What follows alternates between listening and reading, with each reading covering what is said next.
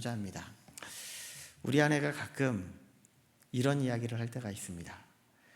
밥 먹을 때 캡슐 하나만 있으면 딱 좋겠다고. 혹시 그런 생각 해보신 적 있으시죠? 한 번쯤은? 이렇게 바쁘게 살아가는 이 세상 속에서 일을 마치고 돌아와서 저녁까지 해야 되는 그런 불편함이 아마 그런 생각을 가지게 했던 것 같아요. 우리들도 캡슐 하나만 하나 딱 먹고 아침, 점심, 저녁 다 먹고 캡슐 하나만 딱 먹고 있으면 행복할까요? 한번 생각해 보시기 바랍니다. 그래서 우리는 어쩌면 이런 먹고 마시는 문제 속에서도 그곳에서 즐거움을 우리들이 찾을 수 있지 않을까라는 그런 생각도 한번 가지게 되어 봅니다. 오늘은 예수님의 정체성에 대해서 한번 살펴보고자 하는데요.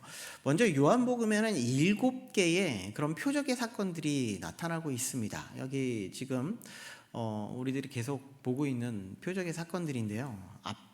앞에 우리들이 5번째에 있는 표적의 사건까지 다 본 내용들입니다. 한번 쭉 살펴보시면 좋을 것 같고요. 그리고 요한복음에는 또 7개의 그런 자기 정체성을 드러내는 그런 내용들이 나타나고 있습니다. 우리가 지난 금요 영성 집회 때 에고에이미라는 표현이라고 여러분들에게 말씀을 드렸는데 내니 두려워 말라라는 것을 통하여서 무엇을 말하고 있었냐면요, 존재적 가치를 드러내고 있었다라고 이렇게 말씀을 드렸습니다. 생각나시는 분은 생각나실 수도 있고 안 나실 수도 있는데, 우리에게 이렇게 하나님께서는 자기 자신을 드러내기 위해서 무엇인가를 계속해서 말씀해 주시고자 하고 있다는 말씀입니다. 그래서 우리는 항상 예수님은 과연 누구일까를 계속해서 질문해 나가야 돼요. 우리의 신앙에, 우리의 믿음에 예수님은 과연 누구인가 라는 것을 계속 질문해 나갈 때 우리의 믿음이 더욱더 성장할 수 있고, 우리가 그런 예수님을 믿고 있다라는 것으로 인하여서 우리는 기쁨을 얻을 수 있을 것이다 라고 이렇게 생각을 해봅니다. 그래서 여러분들에게 있어서 예수님은 누구일까요? 또한 요한복음이 이야기하고 있는 예수님의 정체성에 대해서는 우리는 무엇이라고 이야기할 수 있을까요? 예수님의 정체성의 이 첫 번째, 오늘 본문에도 나오지만 오늘은 생명의 떡에 대해서 이야기하고자 하는데요. 예수님의 정체성에 대해서는 생명의 떡, 세상의 빛, 양의 문, 선한 목자, 부활이요 생명이다, 길이요 진리요 생명이다, 나는 참 포도나무다, 이런 것을 통하여서 예수님을 스스로가 자기 자신이 이겁니다 라는 것을 우리에게 가르쳐주고 있어요. 그런데 오늘은 생명의 떡을 통하여서 우리에게 말씀해주고 있는 것이 있다는 거예요. 생명의 떡, 우리는 정말 캡슐 하나만 먹고 그냥 하루를 그냥 살아갔으면 좋겠다라는 그런 생각을 가지는 우리의 생각이 있지만, 그렇지만 우리는 진정으로 먹어야 될 이 세상의 음식이 아닌 우리가 진정으로 섭취해야 될 그런 예수님의 떡이 있다라는 것을 우리는 생각해 볼 수 있어야 된다는 것이죠. 오늘의 내용을 조금 이렇게 돌아보면요, 이렇습니다. 사람들이 몰려와서 물어봅니다. 우리에게 떡을 주십시오. 주님이 주신 그 떡을 주십시오. 이 떡에 대해서는 무엇을 이야기하고 있냐면요, 오병이어 사건을 그들이 생각하고 있었던 거예요. 예수님만 있었다면, 예수님만 나에게 있었다면 우리는 정말 일하지도 않고 그냥 예수님이 주는 떡을 가지고 우리가 살아갈 수 있지 않을까? 이런 생각을 가지고 있었다는 이야기입니다. 그런 생각을 가지고 있으면서 저분이 우리에게 왕이면 얼마나 좋을까? 이런 마음을 가지고 지금 무리들이 와서 지금 예수님 앞에 이렇게 이야기를 하는 거죠. 나에게 떡을 주십시오. 나에게 떡을 주십시오. 그럴 때 예수님은 뭐라고 이야기하냐면, 예수님이 이 사람들의 좀 생각을 좀 바꿔줄 필요가 있었다라는 거예요. 그들이 어떤 생각을 가지고 있었기에 그들이 지금 예수님에 대해서 오해하고 있는 이 떡의 정체성에 대해서 잘못된 생각을 가지고 있었기 때문에 이런 생각을 좀 바꿔줄 필요가 있다. 이것을 예수님이 생각한 겁니다. 그래서 우리는 이 오늘의 이 생명의 떡이라는 것을 통하여서 우리들도 잘못 생각하고 있는 예수님의 정체성에 대해서, 그리고 예수님에 대해서 정말 바르게 알고 바른 믿음으로 나아갈 수 있는 그런 시간이 되었으면 좋겠습니다. 오늘 전체를 한번 세 부분으로 나누어서 한번 생각해 보려고 하는데요. 먼저 이 정체성의 계시에 대한 그 떡에 대한 문제를 한번 생각해 보도록 하겠습니다. 지금 34절 이 어뢰 이야기가 나오는데요. 한번 같이 한번 읽어보겠습니다. 같이 읽겠습니다. 자, 시작.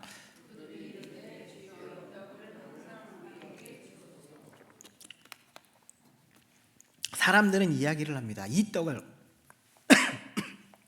떡을 항상 우리에게 있게 하옵소서. 우리가 먹고 살아가는데 부족함이 없게 해주세요. 이 얘기를 하고 있는 거예요. 우리도 그렇게 하나님 앞에 기도하지 않습니까? 우리가 죄송합니다. 우리가 이 세상을 살아나가면서 우리가 풍족한 삶을 누렸으면 좋겠습니다. 우리가 떨어지지 아니하는 그런 물질적 축복이 있었으면 좋겠습니다. 이렇게 기도하지 않습니까? 우리는 또 이렇게 기도합니다. 하나님, 우리가 건강함으로 이렇게 살았으면 좋겠습니다. 우리는 다 그런 마음을 가지고 있습니다. 물질이나 우리의 건강이나 우리의 삶이나 의식주나 무엇에서든지 우리는 떨어지지 않는 이 모든 것을 가졌으면 좋겠습니다. 이런 생각을 가진 것은 당연한 이야기일지 모릅니다. 그런데 이 이야기를 하면서 하나님 주여 이 떡을 항상 우리에게 있게 해주세요 라는 이런 표현들이 어디서 여러분들 많이 본 것 같은 느낌이 들지 않습니까? 어디서 보았냐면요, 주님, 내가 여기에 다시는 물을 엎드러 오지 않게 그 물을 나에게 좀 주세요 라는 이야기를 한 사람이 있었습니다. 그 사람이 누구냐면 바로 사마리아 여인이었다는 거예요. 사마리아 여인이나 지금 이 사람들의 모습이나 똑같은 이야기를 하고 있는 거예요. 내가 정말 더 이상 물을 들어오지 않게, 내가 더 이상 먹고 사는데 불편함이 없게, 그렇게 주님 나에게 좀 나를 좀 도와주세요 라고 이렇게 이야기를 하고 있었다는 겁니다. 그래서 이 오해하고 있는 이 떡에 대해서 지금 예수님은 뭐라고 이야기하고 있냐면 35절에 그들의 생각을 바꿔야 돼요. 그래서 이렇게 이야기를 합니다. 같이 읽어볼게요. 자, 시작. 예수께서 이르시되 나는 생명의 떡이니 내게 오는 자는 결코 줄이지 아니할 터이요 나를 믿는 자는 영원히 목마르지 아니하리라. 아멘. 우리에서 여기서 생명의 떡이 무엇인지를 한번 생각해 보아야 한다는 것이죠. 우리는 이 생명의 떡을, 이게 이 생명의 떡, 이게 좀 상징적인 의미를 생각할 때 무엇을 생각해야 되냐면 구약에 있는 내용을 한번 생각해 볼 필요가 있어요. 구약에 있는 내용을 가지고 신약에 있는 내용과 빗대서 생각해보고, 또한 그 내용을 앞으로 요한복음 이후에 있는 바울 서신서라든가 아니면 다른 서신서를 통하여서 우리들에게 이야기해주고자 하는 것이 무엇인지를 생각해 볼 필요가 있다라는 것을 우리는 생각해보고, 이런 생명의 떡을 관련하여서 우리는 생각해 보겠습니다. 이 생명의 떡이라는 것은 무엇이냐면 인간의 궁극적인 필요를 해결해 줄 것을 이야기를 하고 있습니다. 우리의 궁극적인 목적은 무엇일까요? 인간에게 필요한 궁극적인 목적이 무엇인지 한번 생각해 보시기 바랍니다.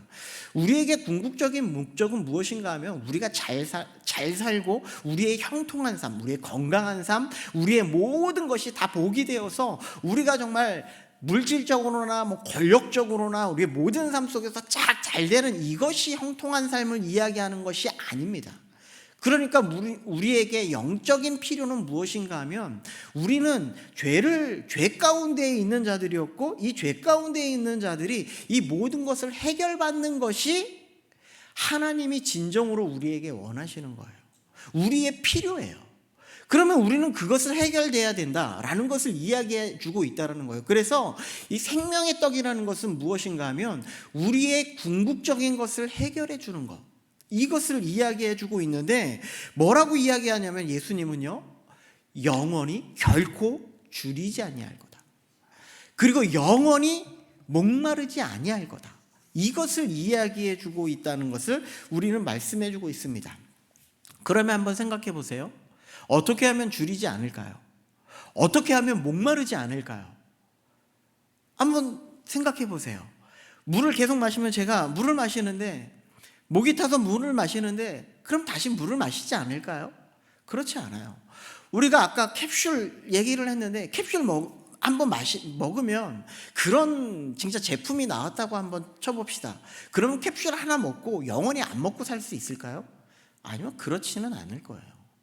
우리의 아마 캡슐 하나에 많은 영양분이 들어갔다 할지라도 우리는 다시는 무엇인가 먹어야 되고 무엇인가 채워야 되는 몸이 필요로 것을 우리는 받아들여야 된다는 것을 이야기해 주고 있다는 겁니다. 그러면 이 세상의 어떤 것으로도 우리는 우리의 필요, 우리의 육체적인 필요를 위해서 우리가 목마르거나 우리가 줄이지 않는 이유는 아무것도 없다라는 것을 우리는 알 수 있을 것이라는 것이죠. 그래서 우리는 찾기 위해 떡과 비슷한, 이 생명의 떡과 비슷한 것을 어디서 찾을 수 있냐면 태초로 넘어가야 된다는 거예요.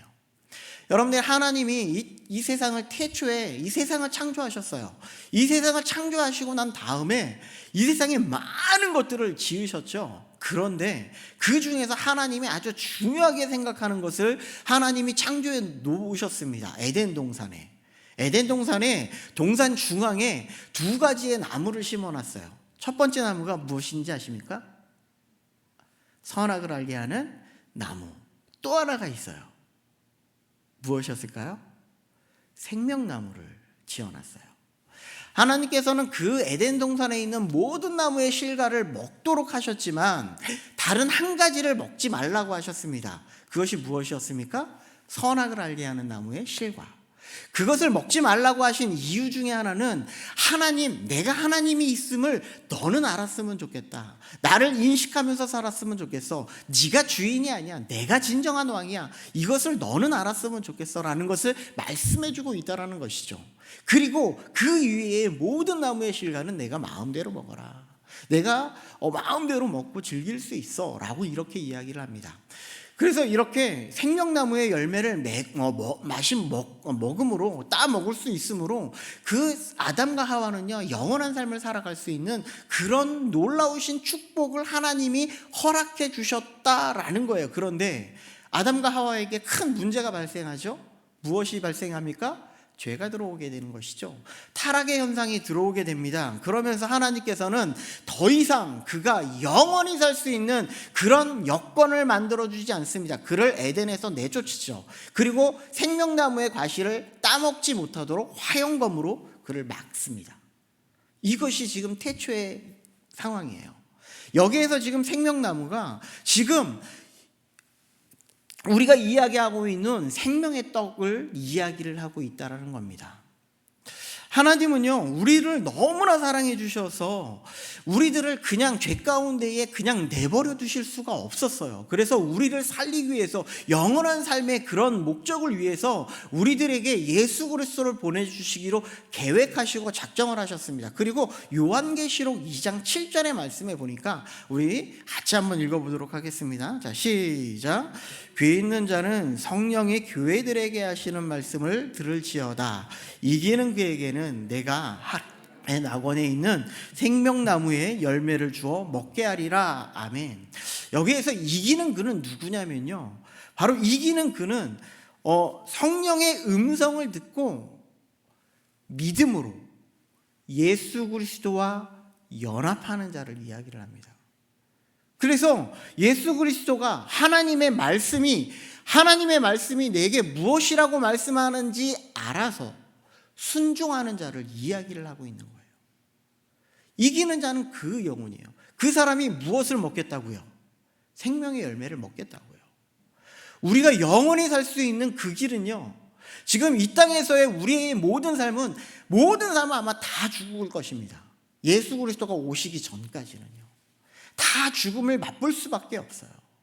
그런데 예수 그리스도와 연합한 자는요, 우리의 영혼이 다시금 살아나서 영원한 삶을 누릴 수 있는데, 그것이 무엇인가 하면 예수 그리스도라는 육체로 오신 예수 그리스도를 통하여서 우리는 영원한 삶을 하나님 나라에서 영원한 삶을 살아갈 수 있을 것이다 말씀하고 있다라는 것이죠. 칼빈은 무엇이라고 이야기하냐면요, 그리스도는 생명을 주는 수단이 아니다. 우리에게 생명을 주려고 오는 그런 수단이 아니라 그냥 예수 그리스도가 그 자체이다. 생명 그 자체이다. 이렇게 이야기를 해요. 이 말씀은 무엇을 우리들에게 이야기하냐면, 우리가 하나님과 온전한 관계를 이루지 못하면, 예수 그리스도와 온전한 연합을 이루지 못하면, 예수 그리스도가 즉 나의 삶하고 아주 밀접한 관계 속에서 이루어지지 않으면 안 된다라는 것을 말씀해 주고 있어요.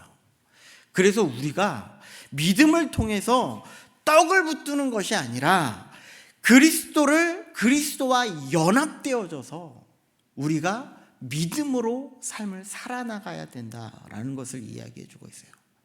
그러니까 제가 여러 번 여러분들에게 말씀드리는 것 중에 하나가 무엇이냐면, 우리의 모든 삶을 통하여서 예수 그리스도가 드러나야 된다는 거예요. 나 자신이 예수 그리스도의 향기가 되어서 다른 사람들에게 증거가 될 수 있어야 된다. 이것을 말씀해 주고 있는 거예요.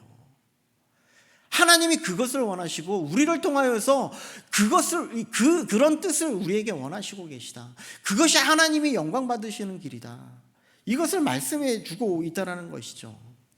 자, 두 번째 볼게요. 36절과 40절에 있는 말씀을 볼 건데요. 그렇다면 영원한 생명의 떡, 우리가 예수 그리스도와 연합되어지는 방법이 있을 거 아닙니까? 그 방법이 무엇일까요? 그 떡을 먹는 방법은 무엇일까요? 그 방법을 무엇이라고 이야기하냐면, 히브리서 4장 2절은 이렇게 이야기를 합니다. 자, 같이 읽겠습니다. 시작. 그들과 같이 우리도 복음 전함을 받은 자이니 들은 바 그 말씀이 그들에게 유익하지 못한 것은 듣는 자가 믿음과 결부시키지 아니함이니라. 이게 무슨 말이냐면 이런 것입니다. 히브리서의 배경을 조금 한번 설명을 드릴게요.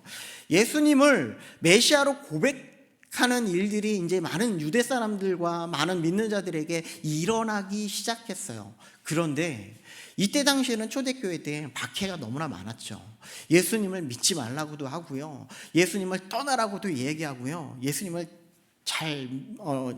예수님 많은 사회적인 불이익을 그들에게 주는 경우가 너무나 많았어요. 그러면서 뭐라고 이야기하냐면요, 유대 사람들이, 유대교를 믿고 있는 사람들이 뭐라고 이야기하냐면, 다시 유대교로 넘어와라. 너희들이 그런 불편함을 겪느니 차라리 유대교로 넘어와서 다시금 유대교 속에서 신앙을 가졌으면 좋겠어 라고 이렇게 유혹하는 자들이 너무나 많았다는 거예요. 그래서 그들에게 이런 유혹을 잘 이길 수 있도록 하기 위해서 지금 히브리서를 지금 쓰고 있다라는 것을 이야기해 주고 있습니다. 지금 유대인들이나 아니면 헬라인들이나 어느 누구에게나 예수 그리스도의 복음이 다 전파됐어요. 우리들에게도 다 전파됐잖아요. 그래서 여러분들이 믿음 안에 이렇게 굳건히 서 있는 거 아닙니까? 그런데 이런 굳건히 서 있는 우리들에게 이런 하나님의 복음이 유익이 되려면, 어떤 사람에게는 유익이 되고 어떤 사람은 유익이 되지 않는다, 이것을 지금 이야기를 하고 있는 거예요. 히브리서 4장 2절 말씀이. 어떤 사람에게는 유익이 되고 어떤 사람은 유익이 되지 않는다. 그것의 차이점은 무엇이냐? 어떤 사람은 믿음으로 받고 어떤 사람은 믿음으로 받지 않기 때문이다. 이것을 말씀해 주고 있는데, 그러면 누구에게 그러면 이런 믿음이 있는 사람이고 어떤 사람은 믿음이 없는 사람일까? 어떤 사람에게 믿음을 주는 걸까? 그것을 36절은 이렇게 이야기합니다. 오늘 보면 36절을 볼게요. 자, 이렇게 이야기합니다. 같이 읽겠습니다. 시작. 그러나 내가 너희에게 이르기를 너희는 나를 보고도 믿지 아니하는도다. 이 뭐라고 이야기하냐면요, 유대인들은요 예수님을 보았어요.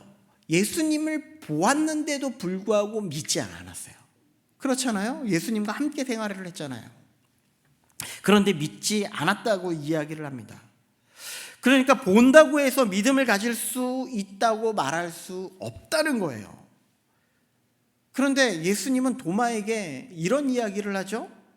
너는 나를 본 거로 믿느냐? 보지 않고 믿는 자는 복되도다.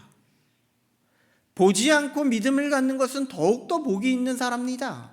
이렇게 이야기를 합니다. 사실 본다는 것은 매우 중요해요.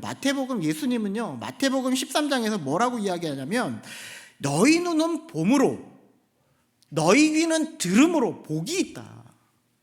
정말 볼 수 있으면은, 그리고 우리가 들을 수 있는 것은 정말 복된 것이다. 그러면서 뭐라고 이야기합니까? 많은 선지자와 의인이 너희가 보는 것들을 보고자 하여도 보지 못하였다. 너희가 들은 것들을 듣고자 하여도 듣지 못하였다.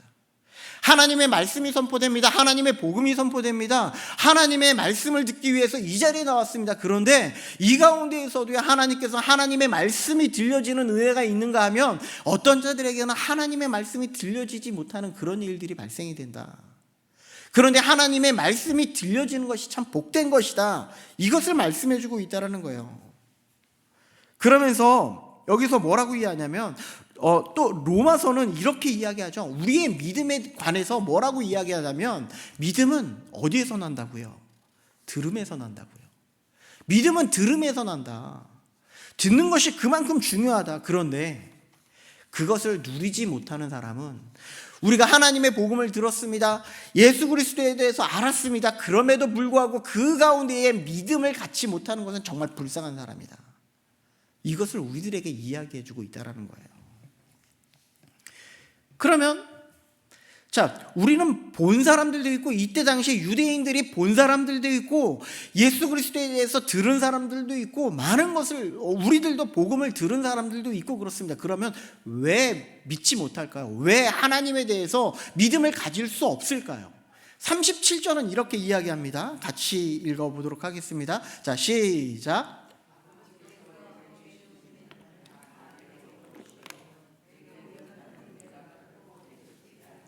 다음에 여기서 뭐라고 이야기하냐면요, 아버지께서 내게 주시는 자는 누구를요?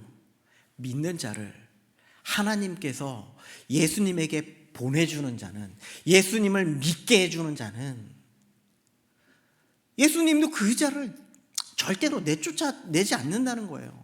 그런 믿음을 가지고 나아오는 모든 사람들에게 그를 다 받아들이고 그를 믿음의 가운데에서 서게 하고 그들을 하나님의 나라의 백성으로, 하나님의 자녀의 자녀로 세워주시겠다, 이 말씀을 하고 있다는 거예요. 그러면서 뭐라고 이 이야기는 무엇을 우리에게 이야기하냐면, 우리들이 하나님을, 예수님을 믿을 수 있는 믿음은 하나님의 권한에 두셨다. 하나님의 주권이다. 하나님이 우리를 선택해 주셨다. 우리는 에베소서 1장 4절 말씀을 다 알고 있지 않습니까? 하나님의 예정, 태초부터 우리를 선택해 주셨고 우리가 하나님을 알 수 있도록 하나님께서 하나님의 믿음을 가질 수 있도록 우리를 선택해 주신 거예요. 이것을 우리들에게 이야기해 주신 것이죠. 이를 통해서 오늘 이 생명의 떡을 통해서, 그러면 예수님은 이 땅에 왜 오셨을까요? 예수님이 이 땅 가운데서 오신 이유가 있습니다. 왜냐하면 왜 이 땅 가운데 오셨냐면, 이 생명의 떡을 믿는 자들로 하여금, 이 생명의 떡을 통하여서, 예수님을 통하여서 믿는 자들로 하여금 함께 연합되어져서 함께 예수 그리스도를 알게 하여서 생명으로 나아오게 하기 위해서, 생명의 떡을 먹이려고 지금 예수님이 이 땅 가운데 오셨다라는 것을 이야기해 주고 있어요. 이사야서는 예수님에 대해서 정말 많은 것을 이야기해 주고 있습니다. 이사야서는 예수님에 대해서 정말 많은 것을 이야기해 주고 있는데, 이사야서 55장에 보면 뭐라고 이야기하냐면 이렇게 이야기하고 있어요. 돈 없는 자도 알아, 어느 누구나 다 내게로 오라. 그렇게 오는 자들에게는 뭐라고 이야기하냐면 너희가 좋은 것을 먹을 것이고 너희들이 즐거워할 것이다, 이렇게 이야기를 합니다. 예수님 앞에 오는 누구든지 예수님 앞에 오면은 다 좋은 것을 먹을 것이고, 예수 그리스도라는 생명의 떡을, 좋은 것을 먹을 것이고 예수님 때문에 즐거움을 얻을 것이다, 이 말씀을 해주고 있는 거예요. 예수님 때문에 즐거우십니까? 우리는 이 예수님 때문에 기뻐하고 예수님 때문에 우리가 정말 너무나 즐거워서 이 세상의 고난과 이 세상 가운데 있는 어려움도 이 모든 것을 이겨나갈 수 있는 힘이 생기는 겁니다. 그분이 바로 예수님이고 영원한 생수이고 영원한 떡이다, 이것을 말씀해 주고 있어요. 그러면 이 떡을 누구에게 준다고요? 38절에 보니까 내가 하늘에서 내려온 것은 내 뜻을 행하려 함이 아니요 나를 보내신 이의 뜻을 행하려 함이니라. 하나님의 뜻대로 선택받은 자들에게 이 떡을 주기 위해서 내가 내려온 거다. 나도 내가 행하기 위해서 한 것이 아니라 하나님의 뜻이기 때문에 내가 이 땅 가운데서 그 하나님의 뜻 가운데 온전히 복종하면서 살아가는 거다, 이것을 이야기하고 있어요. 그래서 헤르만 비트시우스라는 사람은 무엇이라고 이야기하냐면 영원 속에서 이루어지는 구속의 언약이다, 이렇게 이야기해요. 바빙크는 뭐라고 이야기하냐면 영원한 경륜 속의 언약이다, 이렇게 얘기해요. 하나님하고 예수님하고 성령님하고 지금 하늘의 천상회의에서 내가 이렇게 예수님을 보내서 우리를 구원하시기로 작정하시기로 계획했다라는 사실을 이미 계약서에 사인하고 성령님이 도장 찍어서 지금 이 땅 가운데 예수님이 오셨음을 이야기해 주고 있는 거예요. 그것을 이렇게 어렵게 표현하고 있는 거예요. 그러면 이제 우리는 이것을 어디까지 우리는 볼 수 있어야 되냐면요, 이런 하나님의 놀라우신 계획을 우리는 어디까지 바라보고 어디까지 우리는 함께 동참해야 되냐면 예수 그리스도의 십자가까지 바라봐야 돼요. 십자가도 우리는 동참해야 된다는 거예요. 그래서 예수님이 얘기합니다. 나를 따라오려거든 자기 십자가를 지고 나를 따르라. 십자가를 지는 것은 우리에게 주어진 숙명입니다. 우리가 예수님을 믿으면서 신앙생활을 하면서 고난을 당하고 핍박을 당하는 것은 마땅한 겁니다. 이것은 우리에게 기쁨이 되어야 되는 거예요. 그리고 그 위에는 무엇이 있냐면요, 부활이 있으리라. 부활까지 바라보는 거예요. 부활의 영광을 바라보는 거예요. 우리는 여기에서 끝이 아닙니다. 하나님께서 우리에게 베풀어 주실 놀라우신 부활의 열매, 그것을 우리들이 먹고 마실 것이다, 이것을 이야기해 주고 있는 것이죠. 그래서 뭐라고 이야기하냐면요, 39절 40절에 마지막 날에 다시 살리는 이것이라고 얘기하고 있고요. 마지막 날에 내가 이를 다시 살리리라. 내가 하나님의 구원에 놀라우신 은혜가 우리들에게도 똑같이 있을 것이다. 이것이 하나님의 뜻이에요. 아버지의 뜻이에요. 예수님은요, 이 모든 아버지의 뜻에 철저하게 복종하심으로 하나님 앞에 나아가는 거예요. 우리도 똑같아요. 우리는 다른 것이 없습니다. 우리들도 예수 그리스도가 하나님의 뜻에 철저히 복종했던 것처럼 우리들도 예수님의 뜻에, 하나님의 뜻에 철저하게 복종하고 순종함으로 우리가 낮아지고 우리가 죽어지고 이런 삶을 통하여서 하나님의 뜻을 행하는 삶을 살아가야 된다 말씀하고 있는 것이거든요. 그래서 제가 구역 모임 그 설교를 할 때 우리는 공동체를 위해서, 우리의 구역을 위해서 십자가로 죽어져야 되는 거예요. 그리고 예수 그리스도가 십자가를 걸어서 나아갔던 것처럼 우리들도 똑같이 우리에게 주어진 십자가를 지고 따라가야 됨을 말씀해 드린 것이죠. 이것이 하나님이 우리에게 진정으로 원하는 겁니다. 마지막으로 볼 내용은요, 41절과 51절의 내용인데요, 사람들은 이렇게 생각합니다. 저 사람 요셉의 아들 아니야? 많은 사람들이 수군거려요. 그러면서 48절에 보는데 예수님은 이렇게 다시 한번 강조를 합니다. 내가 곧 생명의 떡이다. 내가 곧 생명의 떡이다. 이는 곧 무엇을 이야기하냐면요, 믿음으로 먹는 사람들은, 믿음으로 이 떡을 먹는 사람들은, 믿음으로 예수 그리스도를 받아들이는 사람들은 우리는 영원한 삶을 살아갈 것이다. 그리고 이 생명의 떡이 무엇인지에 대해서 만나의 사건을 들어서 언급하고 있는데요, 만나는요 하늘에서 내려온 거예요. 하늘에서 내려온 거예요. 그런데 그 만나를 먹은 이스라엘 백성들은 다 어떻게 됐냐면요, 죽었어요. 그런데 예수님도 똑같이 하늘에서 내려왔는데 예수 그리스도를 먹는 자는 영원히 죽지 아니하리라. 영생하는 그런 은혜를 부어주셨다. 이 말씀을 해주고 있다는 것이죠. 한명수 목사님은요, 인류 역사의 최고의 음식은 바로 만나였을 것이다. 이렇게 이야기합니다. 그러면서 예수님이 51절에 뭐라고 이야기하냐면, 우리 51절 말씀을 우리 같이 한번 읽어볼까요? 51절입니다. 51절 우리 한번 같이 읽어보겠습니다. 자, 시작. 나는 하늘에서 내려온 살아있는 떡이니 사람이 이 떡을 먹으면 영생하리라. 내가 줄 떡은 곧 세상의 생명을 위한 내 살이니라. 아멘. 뭐라고 얘기하냐면 첫 번째, 살아있는 떡이래요.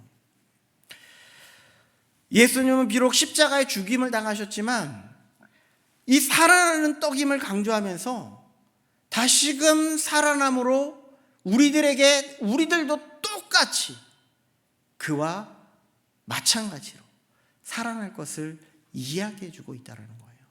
그래서 사도 바울은요, 살려주는 영이다, 이렇게 이야기를 하고 있는 것이죠. 그리고 예수님은 보여줘요, 우리에게 십자가를. 이렇게 하는 거야. 그리고 부활의 영광으로 우리에게 다가오시는 것이죠. 또 하나, 세상의 생명을 위한 내 살이다, 이렇게 말하고 있습니다. 예수님의 살을 먹음으로 우리는요, 예수님과 연합하는 삶을 살아가게 될 것입니다. 이것을 말씀해 주고 있어요. 예수님과 연합해지는 삶은요, 내 뜻을 주장하는 그런 삶이 아니에요. 하나님이 기뻐하시는 뜻, 하나님이 영광 받으시는 뜻, 그 모든 삶을 살아가기 위해서 우리들이 걸어가고 있는 것이다 라는 것을 이야기해 주고 있다는 것이에요. 오늘 본문에 보면 많은 사람들은요, 이 떡을 내게 주십시오, 이 떡을 항상 우리에게 있게 해 주십시오 라고 이렇게 외치고 있습니다. 그러나 예수님은요, 자신을 내어주기 위해서 이 땅에 오셨음을 말씀해 주고 있다는 것이죠. 우리는 계속 이야기합니다. 우리 성공의 떡을 주십시오, 인정의 떡을 주십시오, 안정의 떡을 주시고, 그리고 이 떡을 먹으면 우리에게 정말 좋은 일들만 생겼으면 좋겠습니다. 이것을 생각해요. 우리가 만약에 예수님을 믿으면서 이런 것을 생각하는 자들이라면 저는 차라리 그냥 점집에 가서 점을 보는 거랑 그게 더 낫지 않을까라는 생각을 한번 해보기도 했습니다. 왜냐하면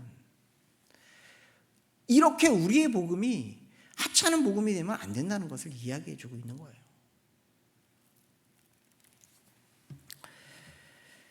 예수님은 말씀하십니다. 나는 하늘에서 내려온 살아있는 떡이다. 이 떡을 먹는 자는 영원히 살 것이다.